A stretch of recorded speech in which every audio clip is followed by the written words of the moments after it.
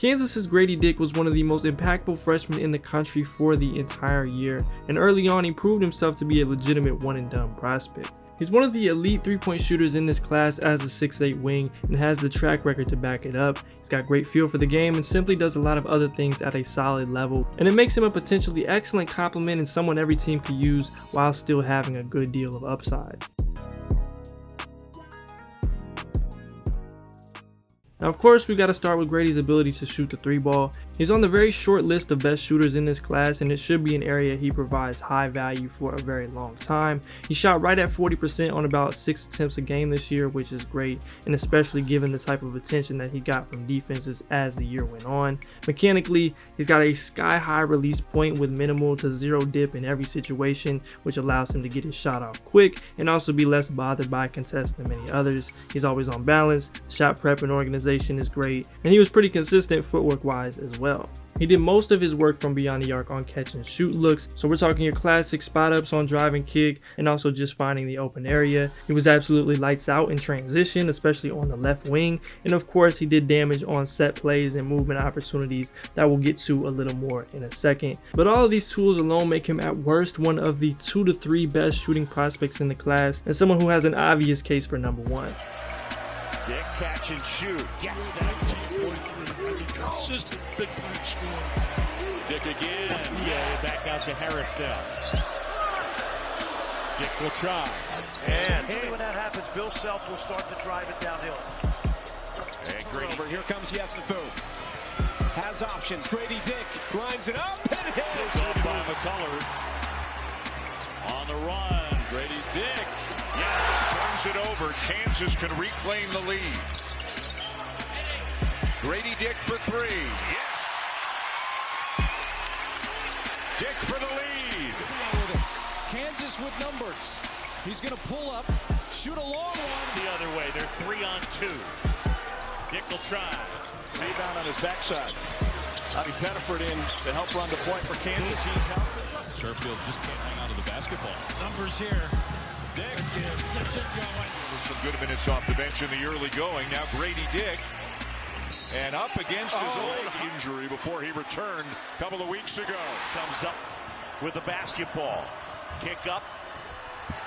Now he definitely has the talent to be a real weapon as a movement shooter in a few ways and just generally as an off-ball scorer. He did a ton of work off these glare actions that KU loved to run for him. He came off a few pin downs and did a good job of reading the defense and whether to curl it, fade, or even sort of back cut depending on the situation. He did some work on dribble handoffs too, and while I think he is still growing here and getting more comfortable in these situations, the upside is 100% there.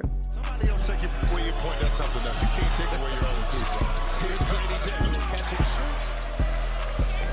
shoot. Still a little bit hobbled right now. It's that left side that's emotional, streaky player. And sometimes those things feed off each other in a negative way for him. Also McCullough. Dick.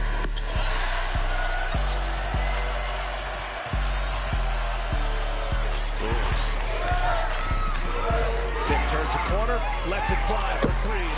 For Oklahoma State is who can step up with Boone and Thompson. We got beat that year in 77 in the Sweet 16 by #1 Michigan. Feels like, most likely is a really big year for Kevin Keats. And related to this movement ability, as he gained more and more attention from the defense, his ability to cut shined. Now some of these were designed or just more isolated opportunities within the flow of their offense, but defenses were playing him a certain way and he took advantage of it. He's got good timing here, he converted well at the bucket, and depending on the offense that he ends up in, this could be a spot that stands out.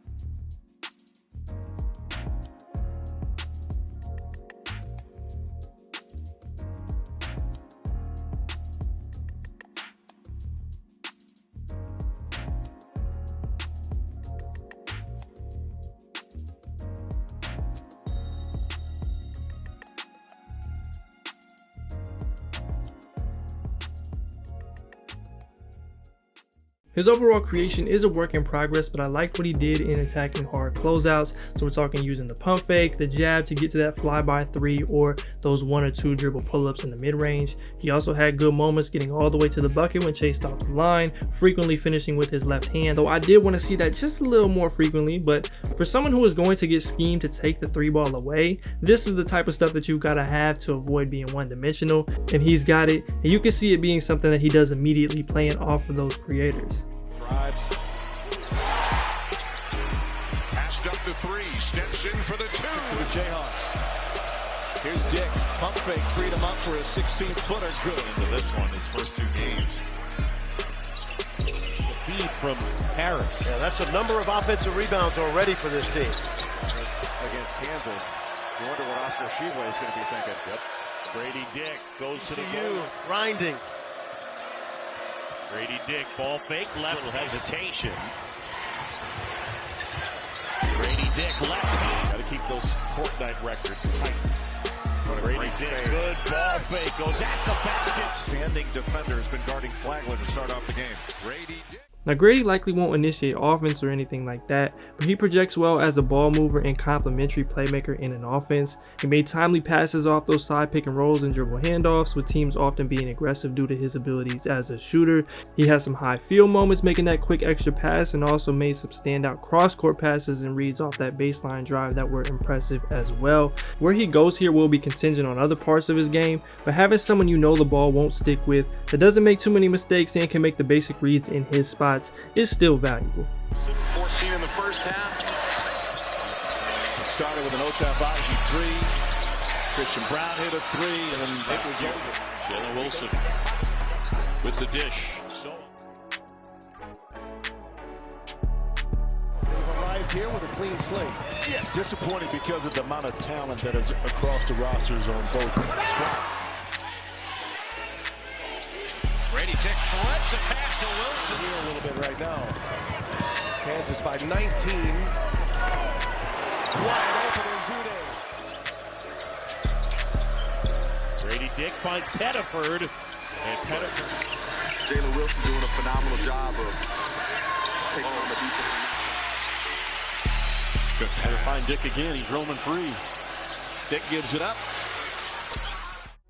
And lastly, one thing that always stood out even going back to high school was just his nose for the ball and ability to make plays on the offensive glass. The raw offensive board numbers aren't crazy, but he consistently made himself someone you had to account for here. And with great timing, he came up with those extra possessions in big moments, and it often led directly to points. Now, I wouldn't say that this skill is going to completely translate to the NBA game. It's tough to do consistently, and transition defense is always a point of emphasis, but it speaks to his feel for the game, ability to make winning plays, and an impact beyond just knocking down a 3.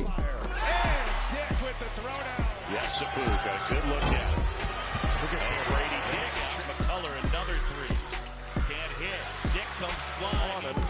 Adams spins. Adams in traffic. The follow by Gradey.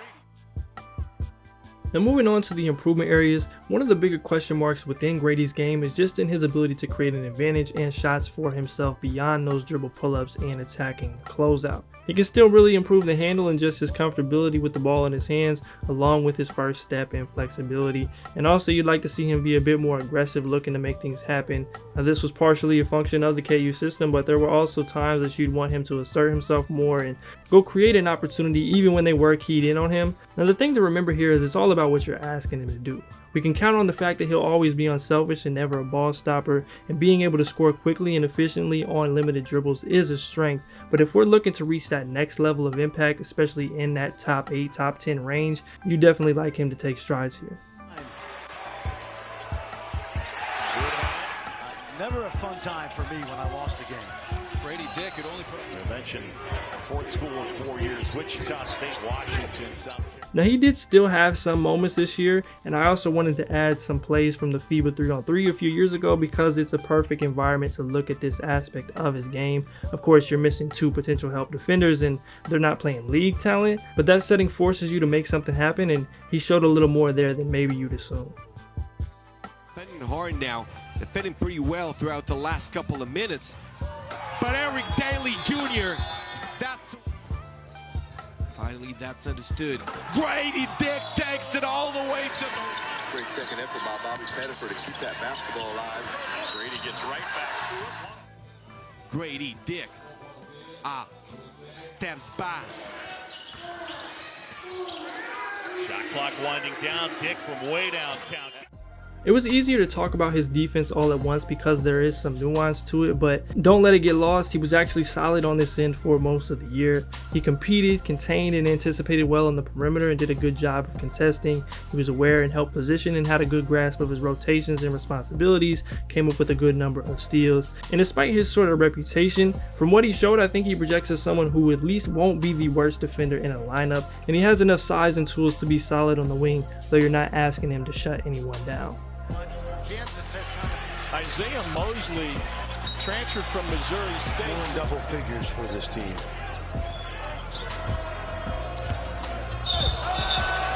Told us he's a little concerned about that, but he'll play way back into shape.